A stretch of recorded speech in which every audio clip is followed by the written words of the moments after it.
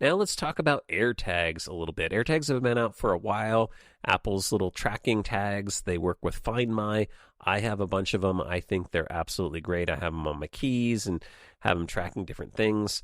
I have even played around with them, and I think I've talked about this on the show that you can play around with them using them for HomeKit actions, right? You can use them to trigger actions with HomeKit and shortcuts and stuff like that. So if you haven't played around with that, that's a great use for them. But they've been around for a little while now, and so if you've been using them, it might be time to replace your batteries. And Gary had just that situation, and he emailed me and said, "Hey, I got an AirTag, low battery notification, and I was reviewing the instructions from Apple on how to change the battery. It's pretty easy. They take a little coin cell battery, and you just like twist the back of it, and it pops open, and you pop in a new battery.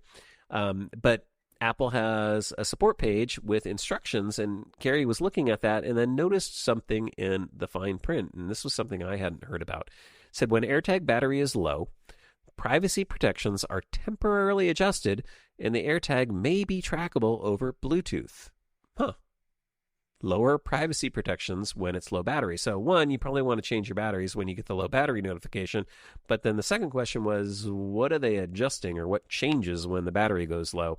And I tried digging in on this to find out what exact privacy protections were adjusted. And for me, it was really hard to find any details. So if anybody has any insight on this and can point me to an article specifically from Apple, I was looking for something in Apple support articles, couldn't find any information. Best I could find was some guesses on a Reddit post, and I'll link to the Reddit post in the show notes at MacCast.com.